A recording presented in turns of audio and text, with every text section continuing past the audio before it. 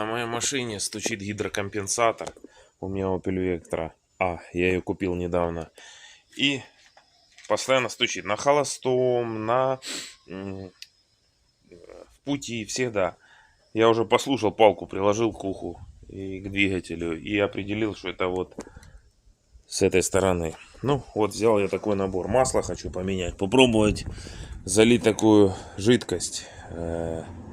Промыть масло это. Может, поможет мне? Напишите, поможет это или нет.